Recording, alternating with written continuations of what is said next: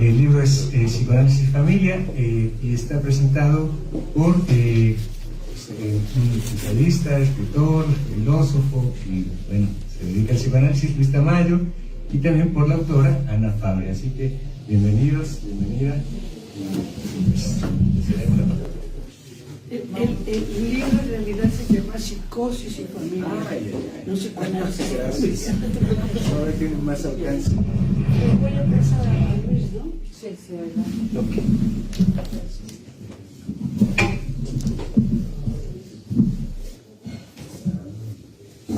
Díganme, por favor, si se escucha bien. Sí. ¿En el más allá también? Sí. Bueno, en primer lugar quiero agradecer al colegio la invitación y al autor Fabre a que presente su estudio Psicosis y Familia. Y bueno, quiero comenzar con una pequeña frase, seguramente conocida de todos ustedes, de cuando pidieron a Borges hablar de lo que significaba escribir, y él indicó, entre muchas otras cosas, que uno escribe lo que puede y no lo que quiere. Este es un buen ejemplo del libro que me pidió presentar mi muy querida amiga Ana, con la que hace ya casi 40 años comenzamos a estudiar psicoanálisis. Llegaron 4 psicoanalistas a México: Marcelo Pasternak, Miguel Sosa, Elida Peretti, precisamente para tratar de transmitir lo que en esos años estaba iniciando la École Canine de Psicanálisis, porque fue precisamente en el año 1984 cuando Jean Alouche, no se escucha, mejor, fue en 1984 cuando Jean Alouche decide, junto con Mayer Villar, Porsche, Philippe Julien, la rudeza es necesaria, y otros decidieron echar a andar la École Canine de Psicanálisis, escuela de la cual formé parte desde el año 92 hasta el 2010, y después de un breve periodo en el cual formé parte del círculo psicoanalítico, decidimos echar a andar en Cuernavaca una nueva institución que se llama Taller de Investigaciones Psicoanalíticas. Y bueno, entonces, para hablar de este texto, no crean que es sencillo. Bueno, primero comienzo con cuestiones muy básicas. Los seres humanos, ustedes lo saben, somos la única especie que cuenta historias. Es cierto que elefantes, delfines, chimpancés son capaces de mirarse al espejo y reconocerse. Igual no pasa, como ustedes saben bien, con perros, gatos, que al ver su imagen en el espejo lo consideran un otro, no sé si una sombra o un doppelganger, como decían hace ratitos, pero no se reconocen. Pero acuérdense que Lacan, precisamente en el estadio del espejo, indicaba que sufrimos 2 alienaciones: la primera, que da lugar al orden imaginario, que es la alienación en la imagen corporal, y la segunda alienación, que es la alienación en el significante. Todo eso deriva en los estudios de Lacan mismo sobre el nom propre, que es nuestro, así lo planteo en un libro que llamé La locura ecocida. Nuestro nombre propio es nuestro ticket de entrada al mundo del lenguaje, al mundo simbólico. Esa alienación es también, y aquí vuelvo a citar a Lacan, la que nos permite cometer errores. Como decía de manera chusca alguna vez, decía: la diferencia entre mi perra y yo es que mi perra no se equivoca. cuando Laurent Cornas publicó su libro La escritura o lo trágico de la transmisión. Estoy hablando del año 1999 y se vino a presentarlo acá. Con Muriel Barnier, que fue la traductora, hablábamos del aparato de Turing, que es algo que menciona mucho en su texto.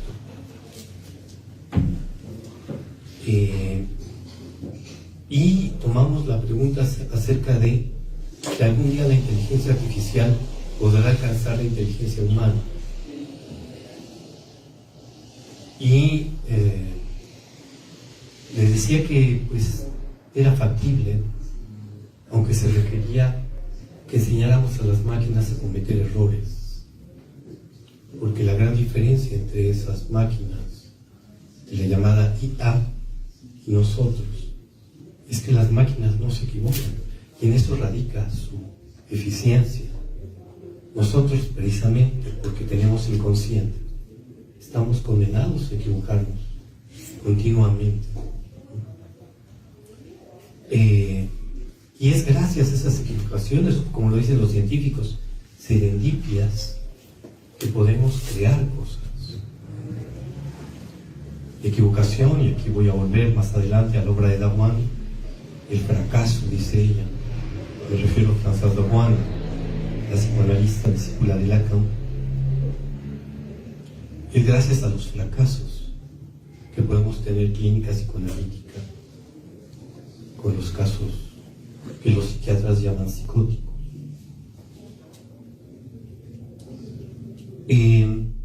Entonces, podemos ser humanos porque tenemos inconsciente, aunque, como ustedes saben bien, la enorme mayoría de los seres humanos no se ha dado cuenta de eso. Hace poco el doctor Miguel Sosa, que quizás ustedes conocen, que fue mi supervisor durante muchos años, el doctor Sosa publicó un libro sobre el psicoanálisis en México. Y una de las tesis centrales de este texto es que no ha entrado el psicoanálisis en México. Pero yo, cuando presenté su libro allá en Cuernavaca, le decía que no solamente en México, en muchos otros lugares del mundo no ha entrado el psicoanálisis. Porque el psicoanálisis no es hablar del vocablo psicoanálisis, es asumir como existente el descubrimiento freudiano, es decir, ese de que indica que tenemos inconsciente. Eso es absolutamente opuesto al pensamiento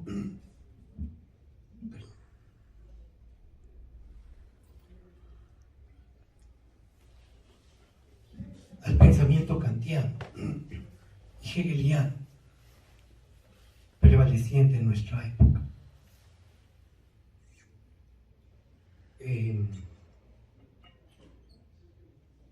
La enorme mayoría de los humanos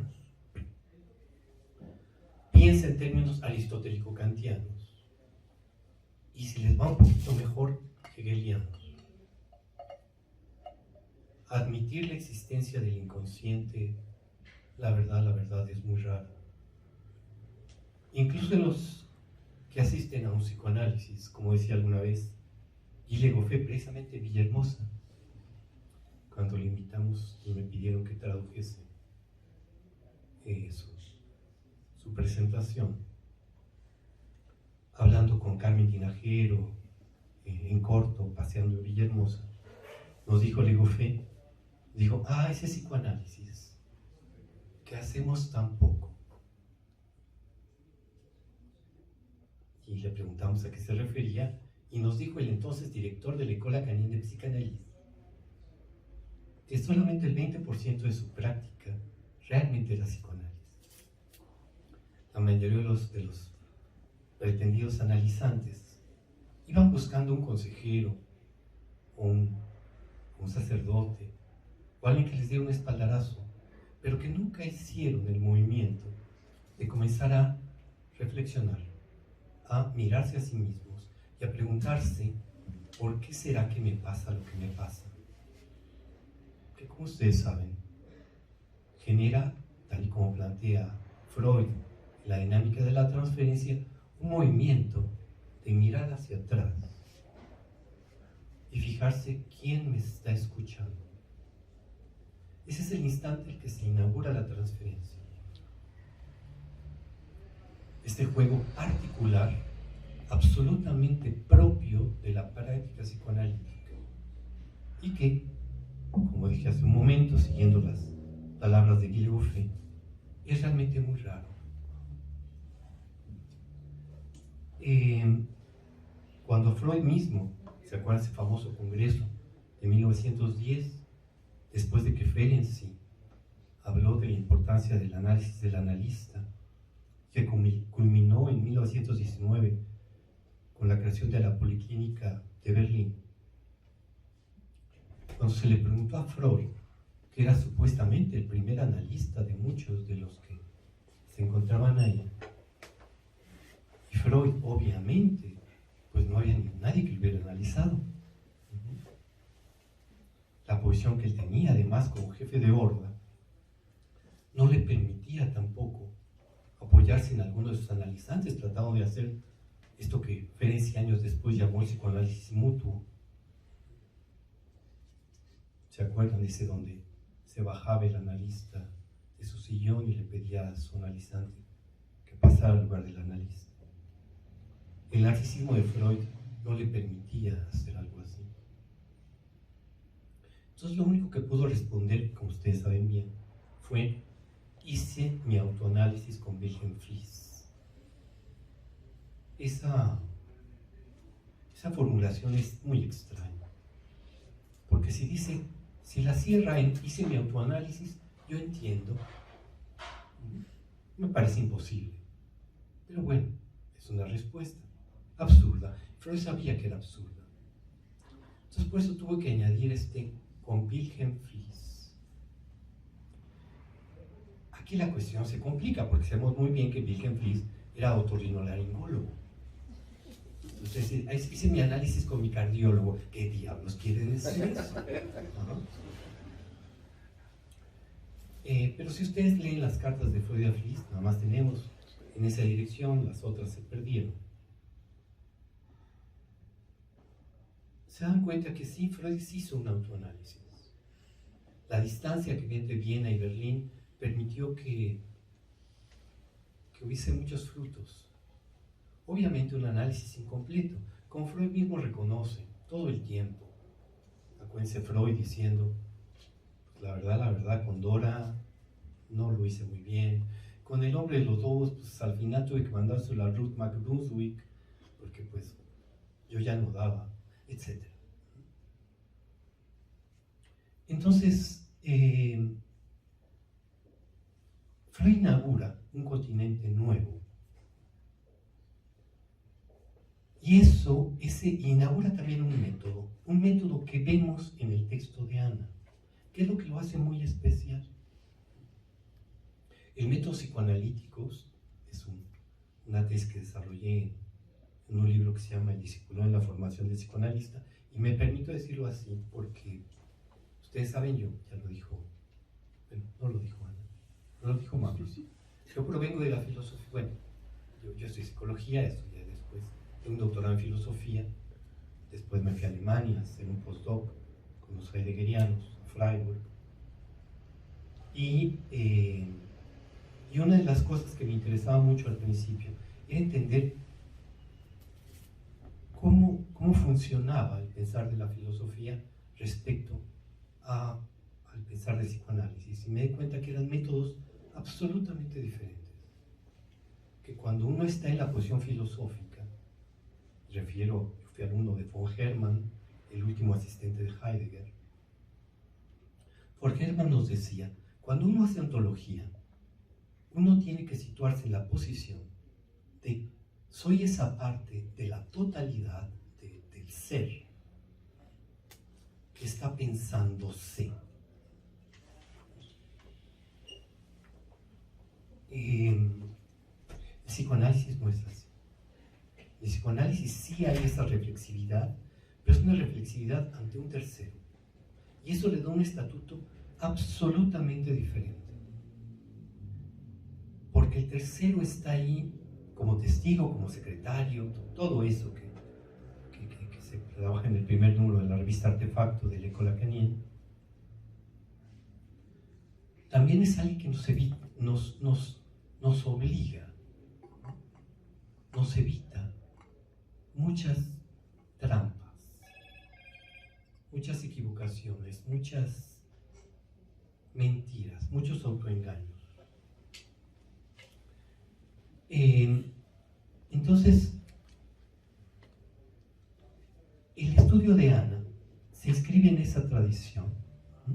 Es una tradición, por un lado, la muy humana de contar historias, desde las epopeyas de Gilgamesh, hasta los berrinches de Aquiles. Acuérdense cómo comienza la Ilíada, que es todo un berrinche, hasta obviamente la gran literatura. Este contar historias fue tan reconocido que Freud, como ustedes saben, recibe el premio Goethe, porque ciertamente se dieron cuenta que él inauguró una forma diferente de hablar, de escribir. El psicoanálisis plantea una escritura que por un lado dice, bueno, pero ¿cómo es? Es alguien que escribe de otro, pero que se escribe a sí mismo. Deja huellas de su implicación, como diría René Leroux.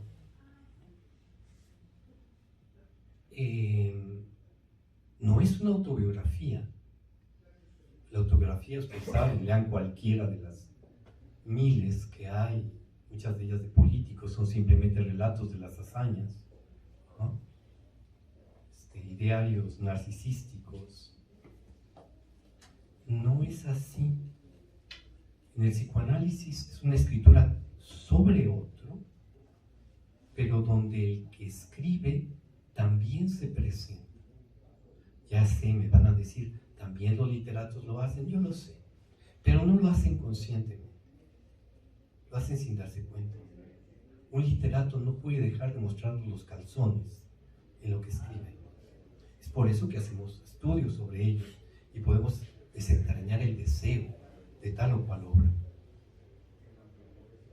No pueden evitarlo, acuérdense, no operan por represión, operan por sublimación. Y entonces, pues no pueden dejar de mostrarse su deseo. El psicoanálisis es un poquito diferente. Es una narración con transferencia, lo cual es diferente, da un estatuto diferente al texto. El autor, el sujeto no se escamotea. En los textos de Freud y en los de la larga tradición psicoanalítica de presentación de casos, no se trata de narraciones donde el autor es una especie de vidrio coloreado. Acuérdense de la fórmula kantiana en la crítica de la razón pura, donde para definir al yo, Kant decía, es una unidad sintética de apercepción. Es decir, y ponía como ejemplo el vidrio coloreado. Decía, el sujeto es como un vidrio coloreado. Si yo tengo un vidrio azul y me lo pongo frente a la cara, y es exactamente la misma longitud de onda del azul que tienen las sillas, en ese instante todas las sillas desaparecen de mi campo de visión, porque es una cualidad del vidrio coloreado. El vidrio coloreado impide que se aprecie lo que se encuentra atrás de él, si corresponde exactamente a la misma longitud de onda o a un cierto rango.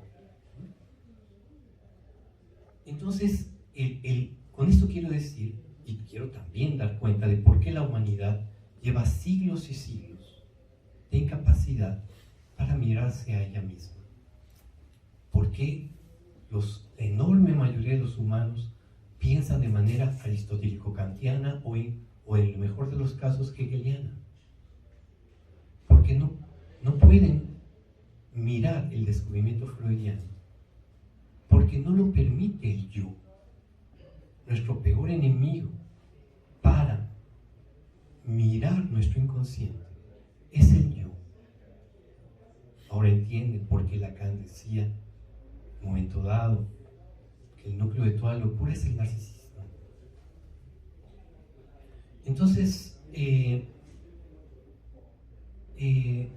Freud no hizo eso, retoma una lectura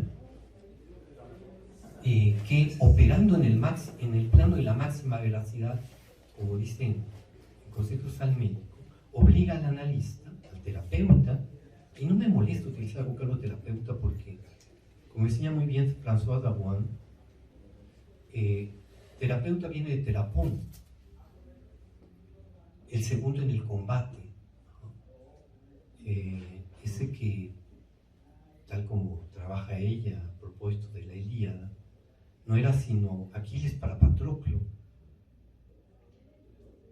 aquel que rendía exequias, que acompañaba. Entonces, el analista, cuando escribe, cuando se permite escribir, obviamente se tiene que colocar en la posición de analizante, porque está pensando. Acuérdense, como indica Lacan en el Acte Psychanalytique, el analista está arrinconado en el soy y no pienso. El analista no piensa en el momento de su acto, puede pensar después. Freud mismo lo dice en las conferencias sobre técnica, que él escribía al final. En el momento de su operación no se escribe. Alberto Sladoña alguna vez me decía esto de una manera muy bonita. Él me decía, yo no sé si soy analista, solamente lo puedo saber cuando el analizante me lo indica, cuando por lo que hace el analizante me puedo dar cuenta que es así. François Dabuan lo dice de una manera y más bonita, incluso en La locura Wittgenstein. Ella dice, yo no sé lo que soy si el otro no me dice lo que piensa, porque gracias a lo que si el otro me dice lo que piensa y lo que siente, quizás yo pueda saber lo que yo soy y lo que yo pienso.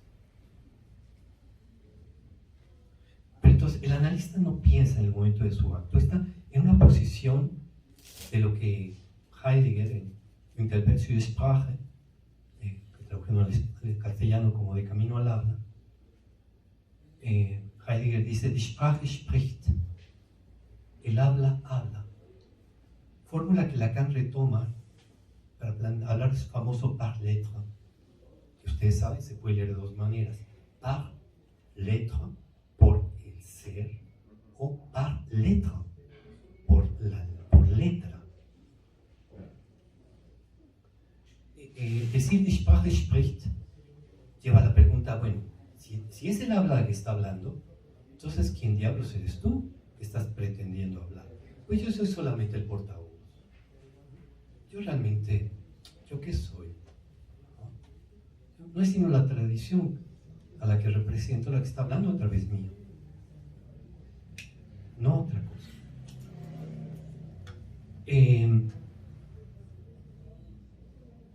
Curiosamente, admitir que no es uno el que habla, sino que habla una tradición a través nuestro. Vieran qué maravilloso es para poder hablar. Permite superar esa estupidez del famoso piensa antes de hablar, porque uno se da cuenta que es imposible. Solamente se habla, y cuando se habla se expresa lo que se puede, como bien decía Borges.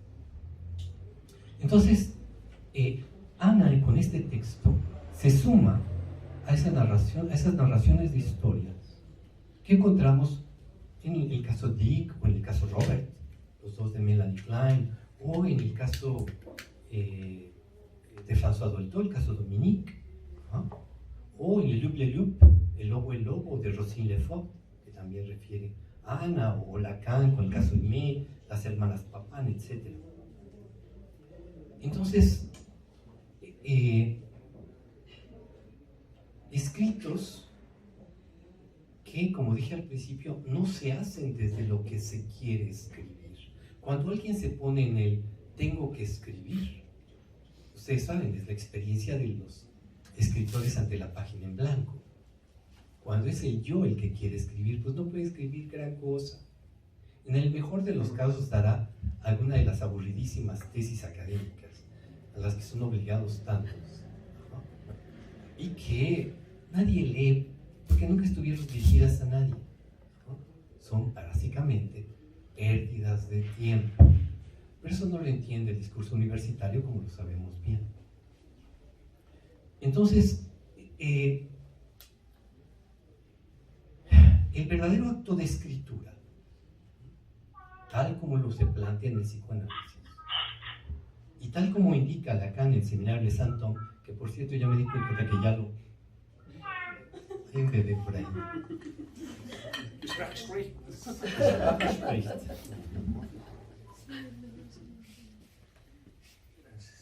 Está en química. His Majesty the Baby, man. Pero bueno, entonces, en el seminario de Saint-Thomas, que ustedes recuerdan, Lacan se pone a hablar de Joyce y se pone a hablar de cómo la escritura de Joyce lo salva de la locura. ¿No? La escritura, el acto de escritura, es uno que puede permitir que uno pase a otra cosa. Y aquí no estoy sino retomando la fórmula de la salud mental que indica Lucha al comienzo de Lettre pour Lettre. Entonces, este texto de Ana nos sumerge en un universo terriblemente complicado. Imagínense que llega a su consultorio una pequeña, ciega, pegada a su madre. Imagínense recibir algo así. Es complicadísimo. O sea, cuando leo esta parte de Ana me quedo frío. Yo conocí el trabajo de Ana, lo conozco desde hace años, su labor en Amerpi, etc. Pero dije, pero qué cosa, ¿qué haces ahí? Y uno va siguiendo el trabajo, que además es muy cuidadoso. Y ve cómo interviene, y cómo se plantea la idea de la separación, y cómo lo va logrando poco a poco, con los terribles límites, o sea, los límites obviamente que implica el trabajo. Una niña que no sabía que era ciega, que le ocultaban que era ciega. Es decir, fue un trabajo de 8 años, 10 años. O sea, muy, muy complicado, muy bien planteado. Y que, donde para mí lo más interesante del texto es que va planteando fragmentos del trabajo y después mete, digamos, referencias bibliográficas que obviamente denotan el enorme trabajo de lectura que tiene. Porque citas a tal frase de Dolto, se refiere a otra frase de Lacan, se refiere a otra tal frase de Freud, es decir, y de innumerables autores, que es el background que tenía, obviamente, para poder atender a una paciente tan grave. Eso afinaba su mirada. Son esos personajes que acompañan. Entonces, cuando un analista se permite intervenir desde su inconsciente, desde lo que tiene que decir, desde lo que tiene que ser dicho,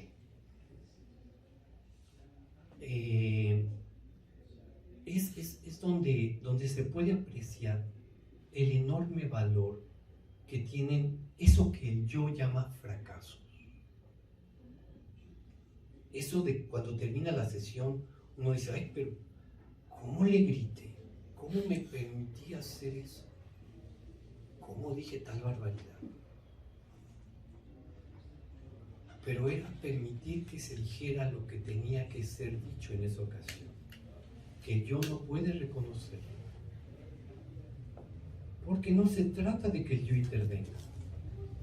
Freud lo dice clarito. Psicoanálisis es una comunicación entre inconscientes. El fracaso también. Lo que yo veo como fracaso también lo es. Entonces, termino indicando que este estudio es una bella narración, tanto de los alcances como de los límites, que esta forma de operar el psicoanálisis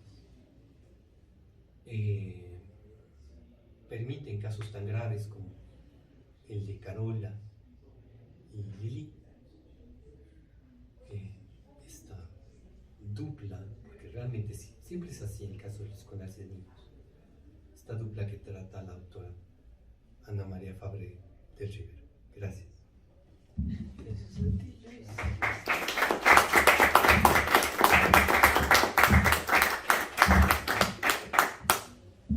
Bueno, agradezco mucho la invitación y estar con ustedes también. Y agradezco mucho a Luis que me haya hecho el favor de acompañarme hoy y decir cosas tan lindas y tan interesantes.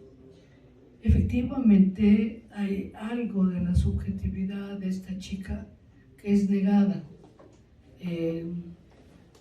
Por su ceguera también, muchos de los cambios de horas del día eran desconocidas, no tenía una concepción del tiempo ni del espacio.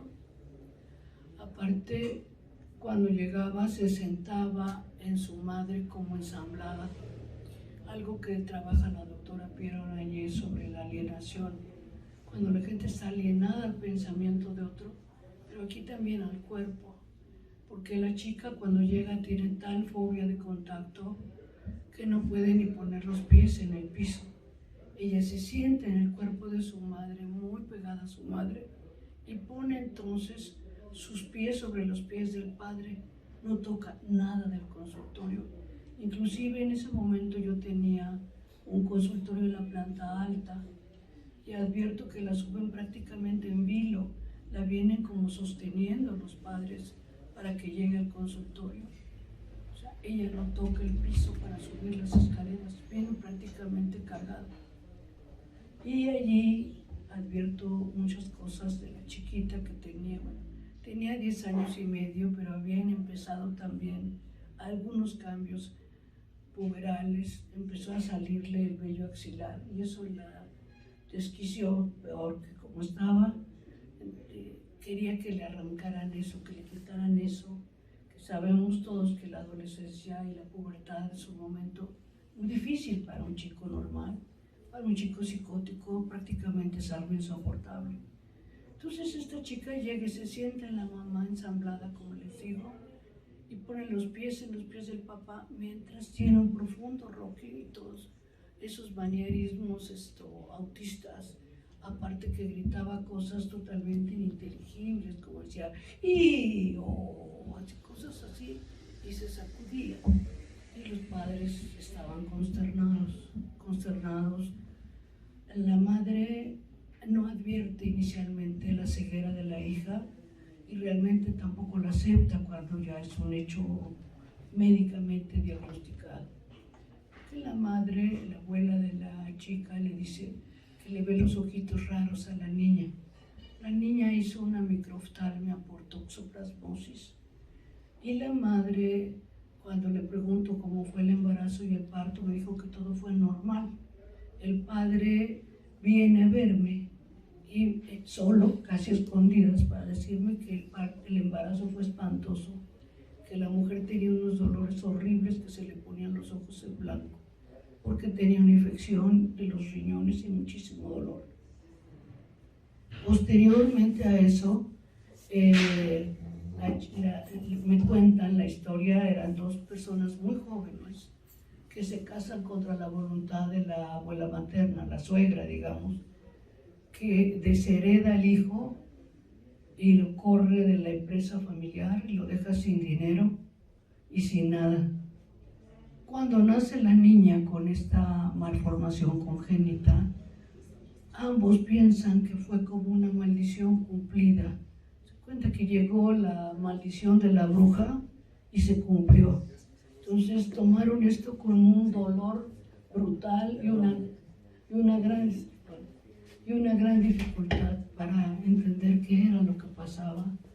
Y la madre primero estaba muy cerca de la niña, cuando al final viene ya el diagnóstico médico, que además se basa en el Seguro Social, con una nota que dice: malo para la función, bueno para la vida, lo que significaba que para la función de ver no servía, pero que eso no la iba a matar.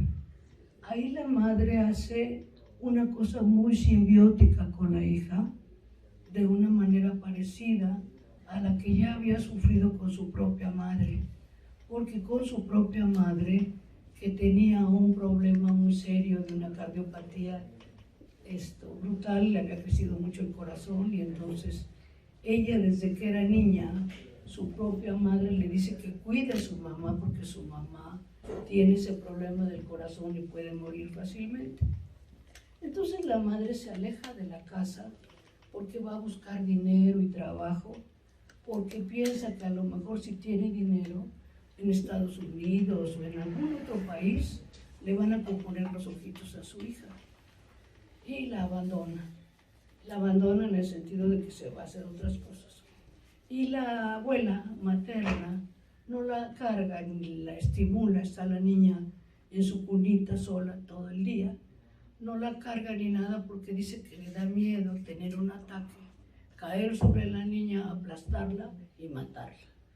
Evidentemente tenía una gran rivalidad con la hija de su hija, porque le quitaba el lugar a ella de hija cuidada por su propia madre.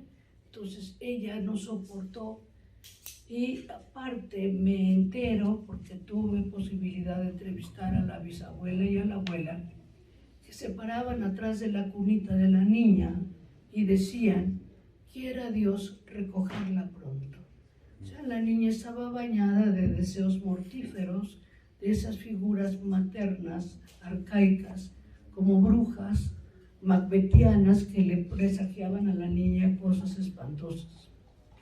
La madre después hace el intento de poner a la chica en una escuela especial para niños ciegos, y cuando la va a buscar la encuentra amarrada, porque como tenía el Rocky y todo esto tan intenso, la amarran y ella llorando se lleva a su hijita de la escuela esta y ya no la lleva más, con el problema que teníamos o tenemos todavía en México, donde un niño ciego no puede ir a una escuela para niños con problemas emocionales severos, y un niño con problemas emocionales severos ciego no puede ir a una escuela para niños con problemas emocionales. O sea, se queda sin posibilidad de escolarización ni de alfabetización ninguna esta nena. Y pasa a quedar bajo el cuidado de la madre y una mujer que le empieza a hablar y a contarle cosas, y le pasa unos cassettes donde ella escucha cuentos. En el consultorio lo que yo advierto es que tienen la madre y ella un lenguaje cifrado, porque decían, por ejemplo, la pelota, sí decían, y si no decían la pelota y flies.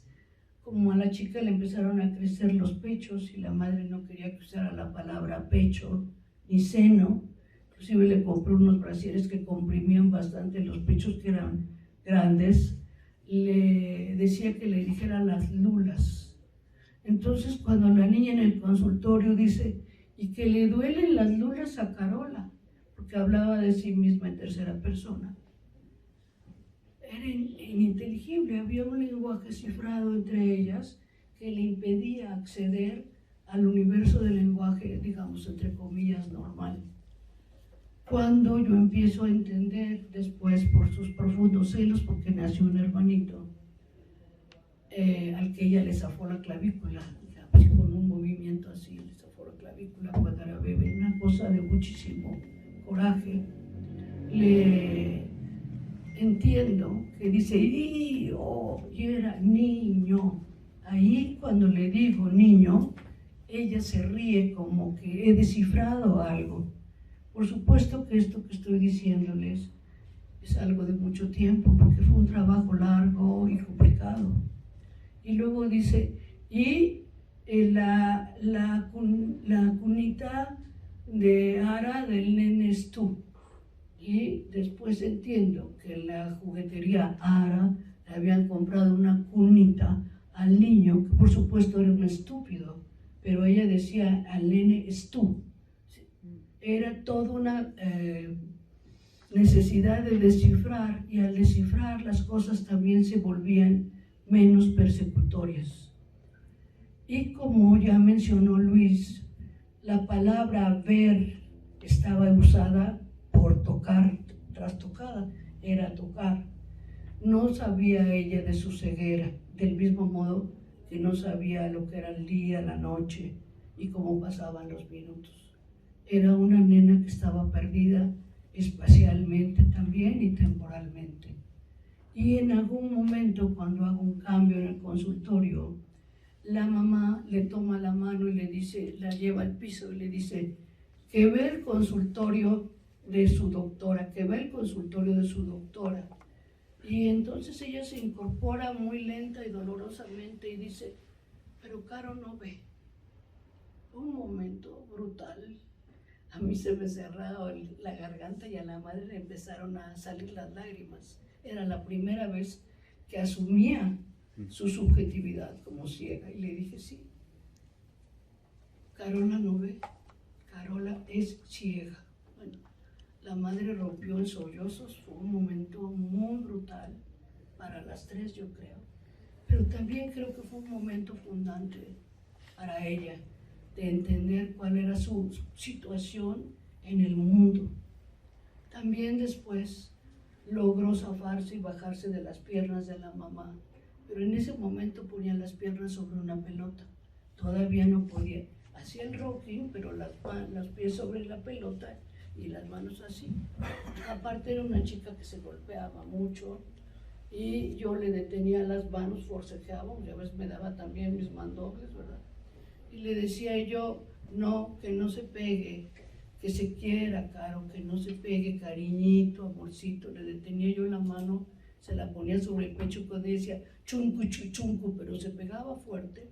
Yo le detenía las manos y le decía, no, que se quiera, que se cuide. Entonces, fue un tratamiento largo, pero después de todo, ya a los 10 años y tantos, muchas cosas ya no se pueden revertir.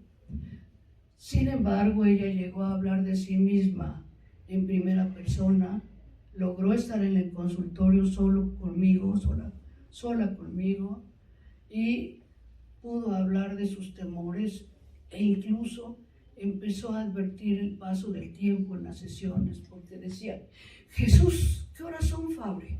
Entonces le decía yo, pues son las 4:15. A los pocos minutos me volvió a decir una cosa por el estilo y le decía yo, Caro está muy preocupada porque avance el tiempo de la sesión. Luego me empezó a decir los días, si martes y jueves nos íbamos a ver. O sea que algo del tiempo y el espacio empezó a ordenarse en su mente, y también cosas de su tránsito intestinal. Por ejemplo, se fue de vacaciones con los papás y 4 días estuvo sin ir al baño. La mamá vino preocupadísima. Y cuando yo la vi, le dije, ya estoy aquí, nos estamos viendo, ¿no? ¿Verdad? Nos estamos viendo, y yo creo que ha querido guardarme en su estómago como una caquita. Pero aquí estoy, yo creo que vas a poder ir al baño. Pude ir al baño. Fue a su casa y defecó como todas las otras veces. Y muchas otras cosas fueron normalizándose, también porque la madre entendió reacciones de ella. Dice que entró a la cocina y empezó a pegarle a sus primitos y a su hermano y no entendían por qué. Porque llegaron todos y pidieron, yo quiero de limón, yo quiero de no sé qué. Ella no veía los colores de la gelatina y no podía decir. Entonces sacó su frustración golpeando a sus hermanitos. Pero la madre entendió también que había un sentido en las cosas que ella hacía. Le dio muchísima tos y gripe, le quisieron dar un té de gordolobo. Y entonces ella tiró el té, hizo una bola de cosas terribles, gritó, aulló, Y yo le digo en el consultorio, cuando la madre me lo está contando, delante suyo, le dije, ¿y no habrá creído que le iban a dar un lobo gordo que se la iba a comer? Ella se ríe y la mamá entiende cuál es el sentido del temor de la chica. Eso permitió que la relación entre ellas fuera soltándose poco a poco, y también tuve la fortuna de convencer a la madre que le haría muy bien una terapia, y la mandé con una colega, y muchas cosas del ver y el ser visto se aclararon, porque la propia madre había dejado de ver a su padre verdadero cuando tenía como 3 años, ya no lo volvió a ver, y de allí viene que la madre diga que no lo pudo ver, y toma otro sentido el poder ver. Pues muchas gracias por escucharme.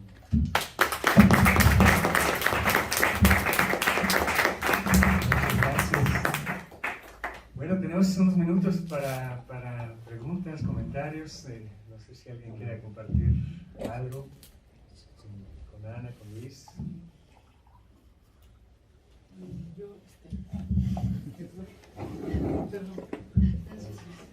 Es que, sabes, dice, tu libro, yo no lo he leído, lo leeré ahora, voy a ver dónde lo venden, pero bueno, psicosis y familia, ¿no?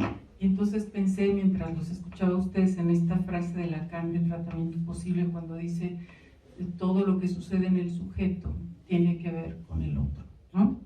Y pensaba, bueno, pues es un poco el título, psicosis y familia. Luego, escuchándote, entonces, seguí hilando y dije, el problema, y pensé en todos los intentos que han hecho Manoni, Dolto, de separar justamente a los niños de sus familias de origen, ¿no? Pensando que a lo mejor ahí hay un remedio, ¿no? Y justamente a lo que iba a preguntarte era el manejo de la transferencia de los padres, porque ahí es donde la cosa se nos pone del cocol a todos los que trabajamos con niños psicóticos, ¿no? Bueno, yo he trabajado, no con niños nada más psicóticos, sino con niños también, pero siempre la familia, digamos, ese otro, ahí como piedra, ¿no? No, es para que sigas comentando en tu libro, muy interesante.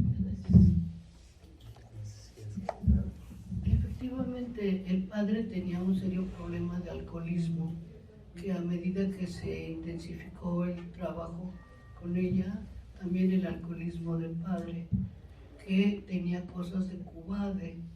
Cuando la mujer estaba embarazada, le dijo, ya no te hagas pruebas, ya tengo yo náuseas y vómitos, seguro que estás embarazada. Era un hombre débil, un hombre bueno, pero muy débil, que a quien se le había muerto el padre y que tenía largas pláticas en su imaginación con el padre después de que nace la niña. La niña, el padre se refería a ella como castigo de Dios, que era un castigo, tal vez por haber desobedecido a su madre, y la mamá vivía los ojos de su hijita como una maldición que la suegra le había impuesto y se había cumplido. Afortunadamente la madre sí aceptó hacer una terapia y evolucionó muy bien. El padre iba de tanto en tanto a su grupo de AA. Fue lo más que se logró. Gracias. ¿Alguien más? Y hablando de la sombra del otro, ¿no? Sí. ¿Dónde conseguimos tu libro? Bueno, Sí, porque preguntaban. En la Ahí mesa vamos a ir de... ahorita afuera. Bueno. Acá Ezequiel. Ezequiel, Ese y luego Mane. Mane también, vaya. Qué gusto verte. Pues primero, muchas gracias por lo compartido. Se antoja profundamente leer el libro. Agradecerle mucho por esta exposición, porque creo que hacer esta clínica, describir esta clínica, a mí me conmueve profundamente, y ver que es algo que transmite, o sea, es algo que se siente seguramente en esto, pensando también en lo que comentaba Luis, me parece maravilloso. para mí es como causa de mucho interés el tema de la ceguera, ¿no? Yo tuve una madre que por complicaciones de vino ciega, y además en el caso de las complicaciones de la diabetes, que tenemos ese grave problema en México, los temas de glaucoma, etcétera, y además otro grave problema de salud son las cardiopatías. Pues en algún momento tuve la experiencia de trabajar 2 años en el Instituto Nacional de Cardiología, ¿no? Donde se gestan y, o sea, estas dimensiones de lo alucinatorio, de pronto en casos posteriores a los infartos a miocardio, ¿no? Y todo el desajuste que hay a nivel celular en la recuperación de los infartos, y estos fenómenos muy complicados, ¿no? De las sombras, de lo que se percibe, de lo que se escucha. O sea, creo que hay un monto de sufrimiento muy fuerte, ¿no? Creo que el caso de la ceguera es una cuestión muy, muy interesante a abordar, a trabajar, ¿no? Donde la palabra precisamente ocupa un lugar esencial, y qué bueno poder escuchar y crear subjetividad allí donde hay alguna otra cosa, ¿no? Gracias. Pues, Ana, primero celebro tu libro porque sé que me consta desde el inicio de mi formación que eres una de estas personas que ha trabajado con la psicosis y que has escrito sobre esto. Ha sido como muy importante para esta sección de la clínica, esta forma de la clínica, y un trabajo, una producción mexicana. También yo me acuerdo un trabajo que hiciste sobre el tiempo, hace tiempo en el CIEP, cuando todavía existía el CIEP. Entonces celebro muchísimo, solamente como para compartir esta opinión de lo importante y no siempre tan evidente el papel de la familia en el devenir de la clínica, y diría que la instalación del psicótico como coladera, ¿no? Entonces nada más, mi comentario más bien es una celebración contigo por tu libro, que espero leerme pronto. Fíjate Ana, como mera anécdota, que hace algunos años vino una chica para entrevista a estudiar la maestría aquí, y ella era ciega, no es. Y entonces, entre las cosas que contó y me contó fue que ella tampoco supo que era ciega, que ella creció en una familia donde nunca le dijeron que era ciega, hasta que llega la edad en donde todos los hermanos, porque la trataban como vidente, entonces pon la mesa, o sea, hacía todo en su casa como sus hermanos, hasta que los hermanos empiezan a ir a la escuela y ella dice, ¿por qué no voy? Y al padre le toca decirles, ¿por qué eres ciega? Y entonces que a ella le costó muchísimo trabajo. ¿Qué es eso, no? Es que fue un verdadero problema entender que algo ella no tenía como sus hermanos, ¿no? Y que le impediría la escuela. Pero eso nos puso a nosotros en jaque, porque no sabes que entonces yo me di cuenta que aquí sí discriminamos, aquí en este colegio, porque no tenemos, y lo hablamos mucho, ¿te acuerdas, Mauricio? Que entramos en una angustia, porque decíamos, ojalá llegue la chica, ¿no? Porque a la mera hora no me acuerdo qué problemas no llegó, pero nosotros ya estábamos con que los señalamientos, los libros, y nos dimos cuenta que efectivamente nos falta mucha conciencia y que discriminamos en serio, porque no estamos adaptados para este tipo de situaciones. Entonces era una mera anécdota de otra persona que no sabía que era ciega, pero que afortunadamente gracias a la familia también, ¿no? La sorteó de otra manera, ¿no?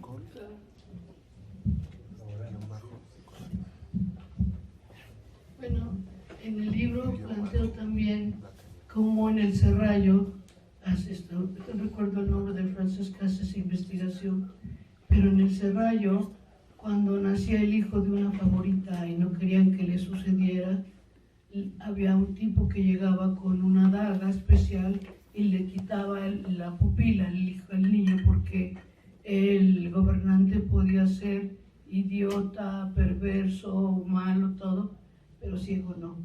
Entonces se reservaba la posibilidad de que él no ascendiera al poder. Nada más a propósito de esto mismo. Yo solamente, Ana, sí, muy breve, a mí me llama mucha atención lo que nos compartes porque se suele pensar mucho, bueno, no sé si mucho, pero yo lo he escuchado mucho en el psicoanálisis, ¿no? En el mundo psi, se suele pensar que la psicosis, perdón, muchas gracias. La psicosis como discurso, como posesión, como estructura, como la queramos pensar, entre otras cosas, está a veces incluso determinada porque no hay nada que se reciba de la madre o de la familia, ¿no? Me parece que es como un abuso, y escuchando ahora tu presentación, es como un abuso pensar con tal determinismo una causa, ¿no?, para una posesión psicótica, porque algo que me queda claro, y nunca lo había pensado hasta ahora que te escucho, algo que me queda claro es como ahí vaya que se recibieron cosas. Cuando hablas de todas estas mujeres macbetianas, ¿no? No es que no haya transferencia, ¿no? O sea, la madre ausente. Esto que fue hasta un cliché, me parece, con los postfreudianos hace tiempo, y quizá lo sigue siendo en algunos sectores, de que no se recibe nada de la madre, o no aparece el gran otro, como lo quisiéramos pensar, sino que acá la cuestión crucial es lo que sí se recibe, ¿no? Es, lo que estas expectativas mortíferas, pues es brutal, es muy fuerte. Escuchar esta situación es de veras, más valdría que no se hubiera recibido nada, ¿no? Pensándolo así. Entonces, bueno, quería señalar este aspecto que no había pensado y agradezco mucho tu presentación, ¿no? Me parece muy, muy importante. Muchas gracias. Muchas gracias.